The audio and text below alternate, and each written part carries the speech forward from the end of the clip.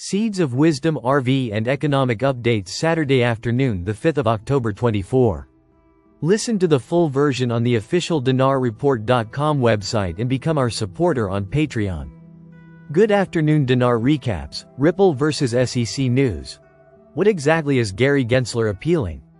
The SEC has filed an appeal against a previous ruling that deemed programmatic sales of XRP as not constituting investment contracts, a decision that significantly reduced the penalties Ripple faced. However, there has been a lot of confusion regarding this appeal, and XRP enthusiasts took to social media to express their frustration. Additionally, discussions centered around the complexities surrounding secondary sales of XRP, clarifying that the court did not specifically rule on transactions involving retail investors trading on exchanges.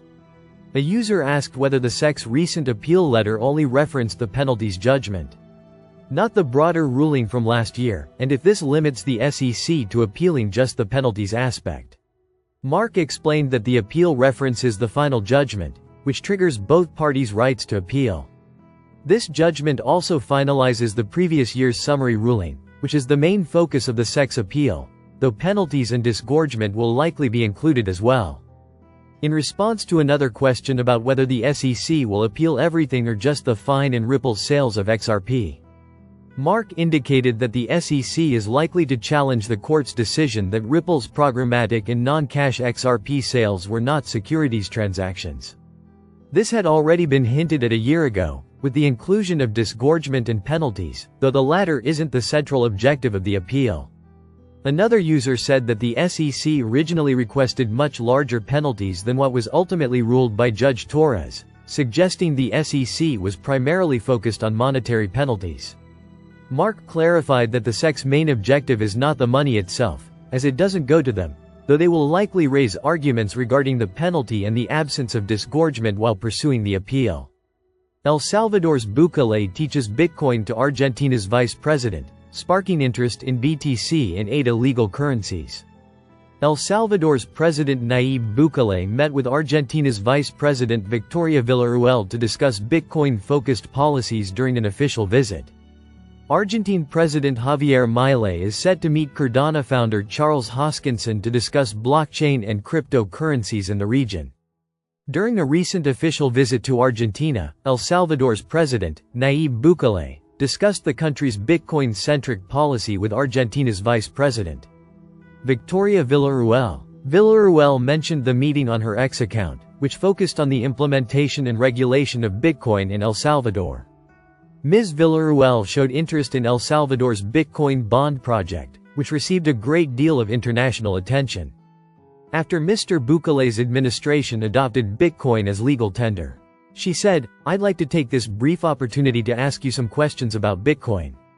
Ms. Villarruel then asked about the digital asset and sought Mr. Bukele's views on its effect on the country's economy. In response, Mr. Bukele stated that he was ready to share the measures taken by his administration regarding the integration of Bitcoin into the country's economic system. El Salvador became the first country in the world to recognize Bitcoin as legal tender in 2021. The administration has since launched several projects, such as Bitcoin bonds. Bukele's administration aims to use Bitcoin bonds to raise funds for infrastructure and technology projects. Villarruel expressed her interest in learning more about Bitcoin bonds and their implications for the economy. In addition to the bond, the two leaders also discussed the creation of the National Digital Assets Commission, a regulatory authority set up for El Salvador's digital assets market. This body has played a role in drawing up the guidelines governing the use of Bitcoin. Cryptocurrency discussions extend beyond El Salvador's borders. The meeting between Bukele and Villarruel is part of a wider dialogue on cryptocurrencies in Latin America. Argentina has witnessed a growing interest in digital assets, making the conversation between the two leaders particularly relevant. The dialogue is set to continue as Argentine President Javier Milei is due to meet Cardano founder Charles Hoskinson later this month. Hoskinson has expressed interest in supporting the development of blockchain in South America, with a focus on advancing general cryptocurrency needs. As recently highlighted by Crypto News Flash, Hoskinson is expected to discuss with Milei the future of Cardano and its opportunity to advance Argentina's digital economy. IMF reiterates cautious stance on Bitcoin adoption. IMF spokeswoman Julie Kozak reiterated the organization's position at Thursday's press conference. She stressed the need to minimize public sector exposure to Bitcoin. What we have recommended is to reduce the scope of Bitcoin law, strengthen the regulatory framework, and oversight of the Bitcoin ecosystem, said Ms. Kozak, stressing the need for prudent management of the cryptocurrency. Since its adoption, the IMF has criticized El Salvador's Bitcoin law and expressed the need for the government to reduce the risks associated with integrating Bitcoin into the country's financial system.